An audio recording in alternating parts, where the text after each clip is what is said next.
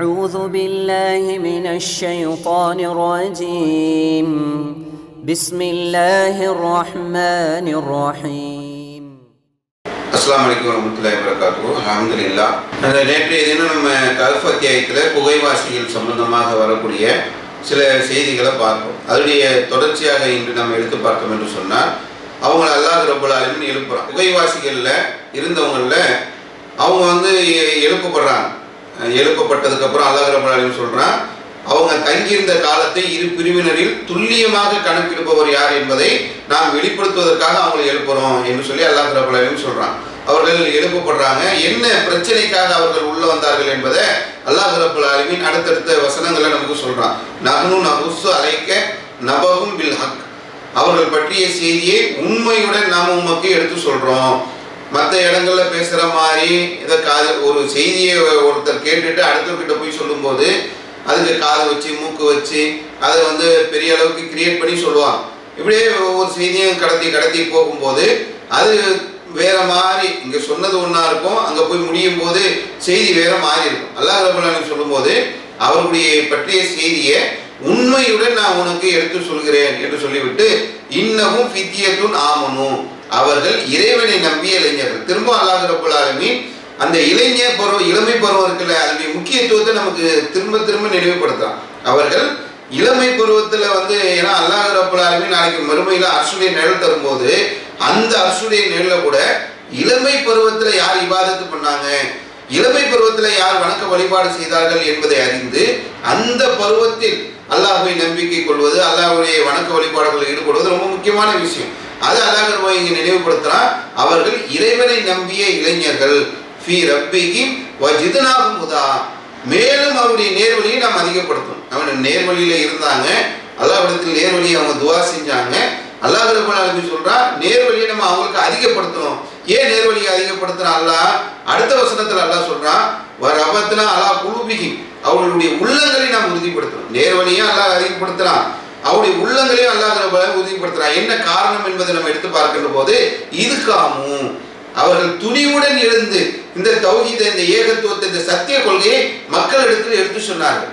இந்த தௌஹீதை எடுத்து சொல்கின்ற போது அல்லாஹ் ரப்பல் ஆலமீன் நம்முடைய நேர்வழியை அதிகப்படுத்துவான், நம்முடைய உள்ளங்களை உறுதிப்படுத்துவான். இது ரொம்ப முக்கியமான ஒரு விஷயத்தை அல்லாஹ் ரப்பல் ஆலமீன் நமக்கு சொல்லி தருகிறான். அவங்க துணிவோடு நின்று கொண்டு என்ன சொன்னாங்க, என்ன பிரச்சாரம் பண்ணாங்க, மக்கள் அல்லாஹ் சொல்லும் போது இது காமு, ஒரு இடத்துல ஒரு சபையில நின்று கொண்டு அவர்கள் செய்த அந்த பிரச்சாரத்தை அல்லாஹ் ரப்பல் ஆலமீன் சொல்கின்றான்.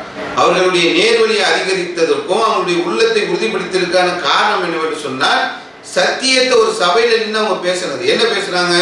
காலு ரப்புனா ரப்பு சமாவாத்தி வல்ல, வானங்களுக்கும் பூமிக்கும் எவன் இறைவனோ அவன் தான் எங்க ரப்பு, அவன் தான் எங்க இறைவன் என்று அவர்கள் சொல்கின்றார்கள். அவனை தவிர்த்து வேறு கடவுள்களை நாங்கள் பிரார்த்திக்க மாட்டோம். அப்படி செய்தால் நாங்கள் அநியாயமான கூற்றை சொன்னவங்களாயிடுவோம். யார் வானங்களையும் பூமியை படைச்சானோ அவன் தான் எங்க அல்லாஹ், அவனை தான் நாங்கள் வணங்குவோம். அவனை தவிர வேறு யாரையுமே நாங்கள் அழைக்க மாட்டோம். அப்படி அழைச்சோம்னா நாங்கள் ஒரு பெரிய அநியாயம் செஞ்சவங்களா மாறிவிடுவோம் என்று அவங்க ஒரு சபையில் நின்று சொன்னதே அல்லாஹ் ரப்பல் ஆலமீன் சொல்கின்றான். அப்போ ஏன் இவங்க எதிர்ப்பை சந்திச்சாங்கன்னு புரியுதா? ஏன் இவங்க எதிர்ப்பை சந்தித்ததுனால தஞ்சம் புகுந்தார்கள் என்பதை இங்கே நம்ம புரிந்து கொள்ளக்கூடிய அளவிற்கு மக்கள் மத்தியிலே சத்தியத்தை எடுத்து சொல்றாங்க. அல்லாஹ் மட்டும்தான் வணங்குவோம், வானங்களையும் பூமியும் படைச்ச அல்லாஹை தான் நாங்கள் வணங்குவோம். நாங்கள் அவனுக்கு எப்பவுமே இணை கற்பிக்க மாட்டோம், அவனோடு சேர்த்து நாங்கள் யாரையும் அழைக்க மாட்டோம். அப்படி அழைச்சா நாங்கள் ஒரு பெரிய அநியாயமான ஒரு கூற்றை செய்தவராகிவிடுவோம் என்ற அந்த காரணத்தை அல்லாஹ் ரப்பல் ஆலமீன் சொல்கின்றான். ஒரு தௌஹீதுடைய பேஸ், ஒரு அடித்தளத்தை அல்லாஹ் ரப்பல் ஆலமீன் அழகான முறையில் நமக்கு எடுத்து சொல்கின்றான். அப்போ தௌஹீதுன்னு வந்துருச்சுனாலே அப்போ அல்லாஹ்வுக்கு எந்த நிலையிலும் இணை வைத்து விடக்கூடாது. இணை கற்பித்தலுடைய சாயல் கூட ஒரு தௌஹீது ஏகத்துவவாதியிடம், ஒரு முஸ்லீமிடம் வந்துவிடக்கூடாது என்பதை நம்ம தெளிவாக விளங்கிக் கொள்ளணும். அதைத்தான் இந்த புகைவாசிகள் அங்கே சொல்றாங்க.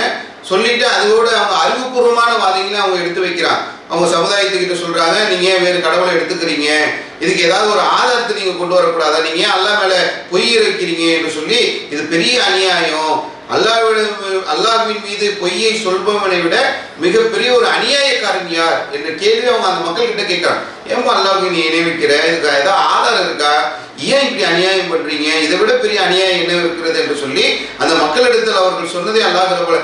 அப்போ அவங்க ஏன் இவ்வளவு பெரிய நெருக்கடியை சந்திச்சாங்க, ஏன் அவங்க குகைக்கு வந்தார்கள் என்பதை நாம் இந்த இடத்துல தெளிவாக விளங்கிக் கொள்ள முடிகிறது. அடுத்து அந்த வரலாறை அல்லாஹ் சொல்லும் போது இன்சூர் லக்கும் ரப்பக்கும் மின் ரஹ்மத்திஹி, அதாவது நீங்க அல்லாஹ்வுடைய அருளை எதிர்பாருங்க, அல்லாஹ் வாரி வழங்குவான், உங்கள் காரியத்தை அல்லாஹ் உங்களுக்கு மிக எளிதாக்குவான் அப்படின்னு சொல்லி அவங்க அங்க இருந்து அந்த ஊர்ல பிரச்சாரம் பண்ணிட்டு இருக்கிறாங்க.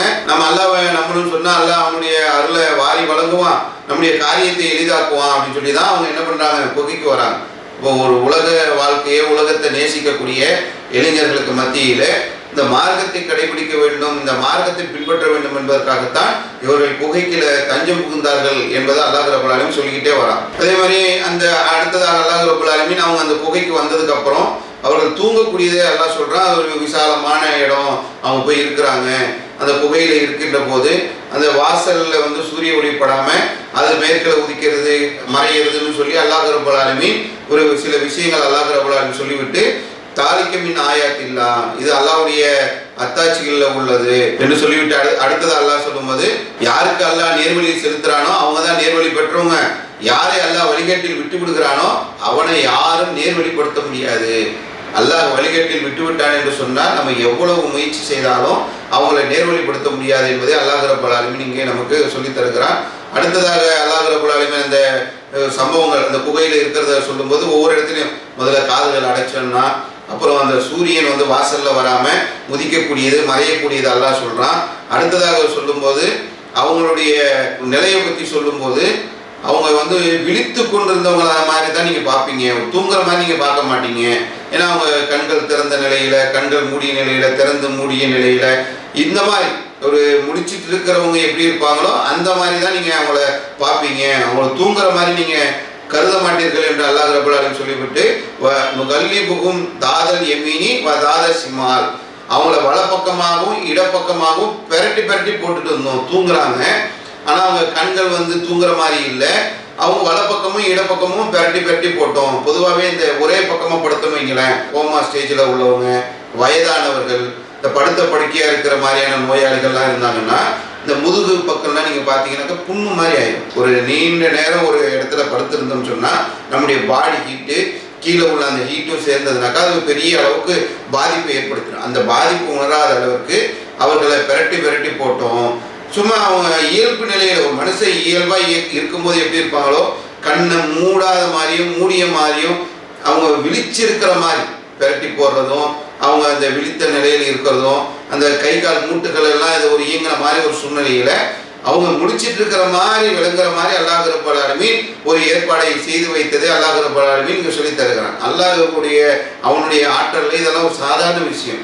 ஒரு 300 வருஷம் ஒரு இயல்பா மனுஷன் ஒரு இயங்குற மாதிரி வைத்து அவர்களை தூங்க வைத்து அல்லாஹ் ரப்பல் ஆலமீன் அந்த ஏற்பாடை செய்ததை சொல்லித்தரான். அடுத்ததாக சொல்லும்போது அந்த குகைவாசிகளுடைய எண்ணிக்கையில இருந்த ஒரு விஷயத்தை அல்லாஹ் ரப்பல் ஆலமீன் சொல்லி தருகிறான். அந்த வசனங்களை சொல்லும் போதே அங்க இருந்தது 3+1, 5+1, அதாவது 3 பேர் பிளஸ் ஒரு நாய், 5 பேர் பிளஸ் ஒரு நாய் என்று அவங்க பேசுறாங்க. ரஜமம் பி கல்வி, அவங்க மறைவான விஷயத்தை அறிய மாட்டாங்க, அவங்க பேசுறாங்க 7+1, அதாவது 7 பேர் ஒரு நாய் கூடுதலா என்று சொல்றாங்க அப்படின்ற மாதிரி சொல்லக்கூடியதை பார்க்கணும். இதை சொல்லும் போது சிலர் என்ன பண்றாங்கன்னா இந்த அரபி நடை அல்லாஹ் ரப்பல் ஆலமீன் முதல்ல உள்ள 3+1 5+1க்கு கவுண்டர் தரான், 7+1க்கு கவுண்டர் தரல, அதனால அங்க இருந்தது 7 பேரும் ஒரு நாயும் என்ற மாதிரி அந்த இலக்கணங்களை வைத்து சொல்கின்றார்கள். அல்லாஹ் ரப்பல் ஆலமீன் இதை பற்றி சொல்லும்போது இதை பற்றி அவர்களுடைய எண்ணிக்கை என்னுடைய இறைவன் தான் அறிந்தவன். அது 3+1 5+1 7+1 அது இங்க முக்கியம் கிடையாது, இதை பற்றி எண்ணிக்கையை அல்லாஹ் தான் அறிந்தவன் என்று சொல்லி அல்லாஹ் ரப்பல் ஆலமீன் அந்த எண்ணிக்கைக்குள்ள போல. இந்த வரலாறு சொல்றதுடைய அடிப்படை என்னன்னா அவர்களுடைய கொள்கை உறுதி எப்படிப்பட்டது, எதனால அவர்கள் அந்த குகைக்கு வந்தார்கள், இந்த டாபிக்கை சொல்றதுதான் அல்லாஹ்வுடைய நோக்கம். ஆனால் நம்ம அதை விட்டுட்டு எது நோக்கமோ அதை விட்டு தேவையில்லாத எண்ணிக்கை உள்ள சர்ச்சைக்குள்ள போய்விடக்கூடாது என்பதற்காக அல்லாஹ் என்ன பண்றான்னா அதை பற்றிய எண்ணிக்கையை பற்றிய அறிவு அல்லாஹ் கிட்ட தான் இருக்கிறது என்று அல்லாஹ் ரப்பல் ஆலமீன் அல்லாஹ்வுடைய தூதருக்கு சொல்லிவிடுகின்றான். அதுக்கடுத்ததாக அல்லாஹ் ரப்பல் ஆலமீன் அந்த அவங்க தங்கின வருஷத்தை சொல்லும் போது அவங்க ஒரு 300 ஆண்டுகள் குகையில தங்கினாங்க, மேலும் 9 அதிகப்படுத்தினோம் என்று அல்லாஹ் ரப்பல் ஆலமீன் சொல்லிவிட்டு இதுவும் இதை பற்றிய ஞானமும் அந்த காலத்தை பற்றிய ஞானமும் அல்லாஹ் தான் அறிந்தவன் என்று சொல்லி அல்லாஹ் ரப்பல் ஆலமீன் அதை சொல்லிவிடுகின்றான். ஏன் இதையெல்லாம் சொல்லப்படுகிறது என்று சொன்னால், இந்த வரலாறு இருக்குல்ல, இந்த வரலாறை நீங்கள் எடுத்தீர்கள் என்று சொன்னால் இன்றைய தினத்தில் இது குறித்து ஆய்வு செய்யக்கூடிய நிறைய ஆய்வாளர்கள் உருவாக்கி விட்டார்கள். அந்த வரலாற்றில் எது முக்கியமோ அதை விட்டுட்டாங்க. இப்போ எங்கே போயிருச்சு ஆய்வுகள்லாம், அந்த நாணயம் என்ன, இவங்க எந்த காலத்தில் வாழ்ந்தவங்க, இவங்க வாழும்போது ஆட்சி செஞ்ச மன்னன் யாரு, அவங்களுடைய பேர்கள் என்ன, குகையில் தங்கியிருந்தாங்கல்ல அவங்க பேர் என்ன, நாயுடைய பேர் என்ன, நாயுடைய நிறம் என்ன, இப்படி ஆய்வுகள் போயிருது. எடுத்து பார்த்தீங்கன்னு சொன்னார் அந்த மன்னனுடைய பெயர் தக்கியாமுஸ் டெசிசியஸ் அப்படின்னு சொல்லி ஒரு நம்பிக்கை இருக்கிறது. அதே மாதிரி ரோமானிய வரலாற்றில் இது இருக்கிறது. இன்னொரு கிறிஸ்துவ வரலாற்றில் எடுத்துட்டோம்னா தியோடோசியஸ் அப்படின்னு சொல்லி அவங்க ஒரு வரலாற்றை சொல்றாங்க. அதே மாதிரி டிராஜன் அப்படின்னு ஒரு வரலாறு இருக்கிறது. ஹட்ரியன் அப்படின்னு ஒரு வரலாறு. ஏதோ மன்னர்களுடைய பேர் மொழியினால மாறும் அப்படின்றது இல்லாம கிபி 98 117 வரைக்கும் ஒருத்தர் சொல்றாங்க, கிபி 117 138 வரை ஒருத்தர் சொல்றாங்க, கிபி 249 251 வரை ஒரு மன்னனை சொல்றாங்க, கிபி 408 450 வரை ஒரு மன்னன், நிறைய இப்படி நிறைய வரலாறுகள் வருகிறது. அதே மாதிரி நீங்க அந்த குகையை பற்றி ஆய்வு செய்யும் போது அந்த குகை எங்க இருக்கிறது பற்றி பேசும்போது இது ஜோர்டான்ல இருக்கிறது, அம்மான் ரஹீம் பேர்லயே அங்க இருக்கிறது, அதான் ரஹீம் வாசிகள் சொல்றாங்க என்று சொல்லி ஜோர்டான்ல உள்ளதுதான். இப்போ நம்ம இஸ்லாமியர்கள் எல்லாம் இந்த சுற்றுலா போகும்போது மக்கா மதினா சில முக்கியமான இடங்களை போய் பார்க்கும்போது இந்த ஜோர்டான்ல உள்ளதையும் போய் பார்க்கறதுக்காக போகக்கூடியதை பார்க்கணும்.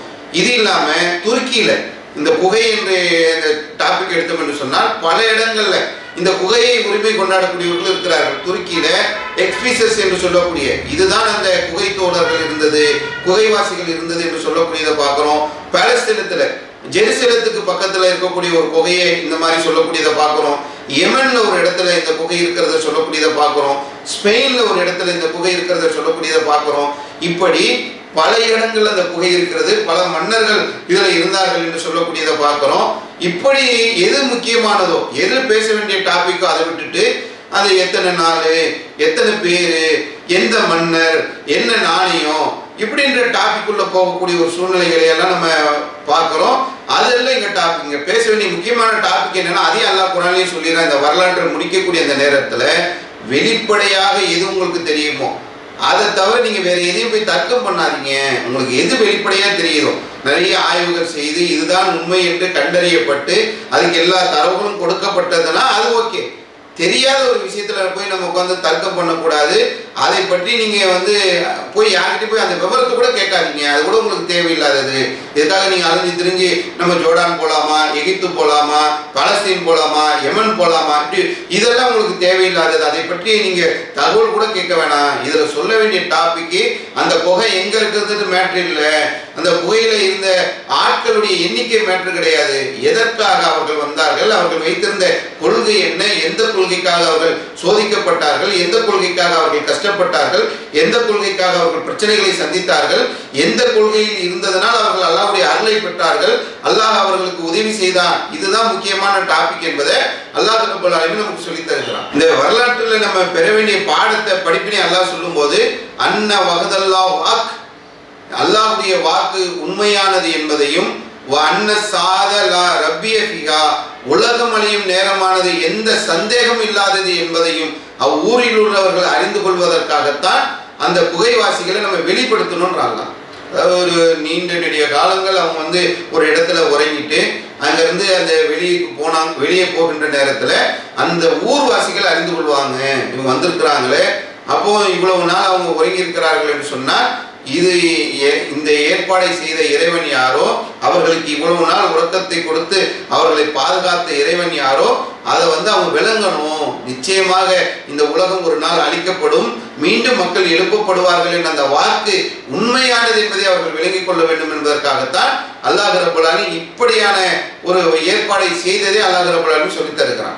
அப்ப இதை முதல்ல நம்ம விளங்கணும். இதை விட்டுட்டு நம்ம தேவையில்லாத விஷயங்களுக்குள்ள நுழைஞ்சோம்னா என்ன ஆகும்னா, அந்த ஊர்வாசிகள் மாதிரி நம்மளும் நாசமா போயிடும். என்ன பண்ண அந்த ஊர்வாசிகள் இவ்வளவு பெரிய அற்புதத்தை அவங்க வாழ்ற காலத்திலேயே நிகழ்த்தி காட்டுறாங்க. அதாவது ஒரு 3-4 ஜெனரேஷனுக்கு முன்னால போய் ஒரு குகையில தங்கினவங்க எந்த உணவும் இல்லாமல், எந்த பானமும் இல்லாமல், உலகத்துல வாழ்வதற்கு தேவையான எந்த அடிப்படைகளும் இல்லாமல் ஒரு இடத்துல வாழ்ந்திருக்கிறார்கள். வாழ்ந்து நம்ம கண் முன்னால் சாட்சியாக வந்து நிற்கிறார்கள் என்று சொன்னால் அவன் என்ன பண்றான்னா, இவங்களை அவனியாவாக்கிட்டான். இவர்களை என்ன நிலைக்கு கொண்டு போறாங்க என்று சொன்னால், அவர்களுக்கு மேல ஒரு வழிபாட்டு தலம் எழுப்ப வேண்டும் என்ற நிலைக்கு அவர்கள் வருகிறார்கள். ஒரு சிலர் என்ன பண்றாங்கன்னா, இவங்களுக்கு மேல ஒரு பள்ளிவாசலை கட்டணும், மஸ்ஜிதை எழுப்பணுன்ற நிலைக்கு வராங்க.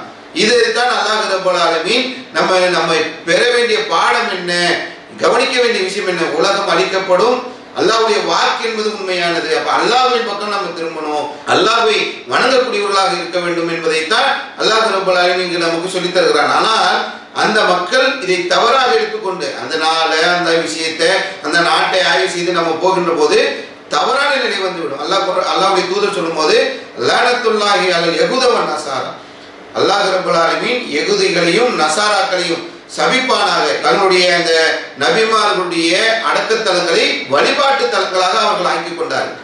இறை தூதர்கள் என்பவர்கள் அல்லாஹ்வுக்கு சமமானவர்கள் கிடையாது. அவர்களும் நம்மை போன்று படைக்கப்பட்டவர்கள் தான். இதை ஒரு மனிதன் விளங்கி கொண்டு இந்த உலகத்தில் வாழ்கின்ற போது அல்லாஹ் ஒருவனை மட்டுமே வணங்க வேண்டும், அவனுக்கு எந்த நேரத்திலும் இணை கற்பித்து விடக்கூடாது, அவனிடத்தில் தான் நாம் பிரார்த்தனை செய்ய வேண்டும். அந்த பிரார்த்தனையில் அவனுக்கு யாரையும் நாம் கூட்டாக்கி விடக்கூடாது. நாம் செய்யக்கூடிய பிரார்த்தனைகளுக்கு அப்பொழுதுதான் அவன் பதில் அளிப்பான், அப்பொழுதுதான் அவன் அதை ஏற்றுக்கொள்வான், நம்முடைய காரியங்களை அவன் எளிதாக்குவான், நம்முடைய நேர்வழியை அவன் அதிகப்படுத்துவான். அவனுடைய அந்த சத்திய மார்க்கத்தில் உறுதியாக நின்று கொண்டு இந்த மார்க்கத்தை பிரச்சாரம் செய்யக்கூடிய களத்தில் நாம் இருந்தோம் என்று சொன்னால் நம்முடைய காரியங்களை அல்லாஹ் எளிதாக்குவான், நம்முடைய நேர்வழியை அதிகப்படுத்துவான் என்பதுதான் இந்த வரலாற்றில் நாம் பெற வேண்டிய முக்கியமான பாடம். ஆனால் இந்த பாடத்தை நாம் கவனிக்காமல், அந்த படிப்பினை நாம் பெறாமல் விட்டுவிட்டோம் என்று சொன்னால் அது நமக்கு ஒரு பெரிய நஷ்டத்தை ஏற்படுத்திவிடும் என்பதை நாம் விளங்கிக் கொள்ள வேண்டும். இன்ஷா அல்லாஹ் அடுத்து வரக்கூடிய அந்த வரலாற்று சம்பவங்களை நாளைய தினங்கள் பார்க்கலாம் என்று சொல்லி இந்த தினத்தை நாம் முடித்துக் கொள்கின்றோம். அஸ்ஸலாமு அலைக்கும் வரஹ்மத்துல்லாஹி வபரகாத்துஹு.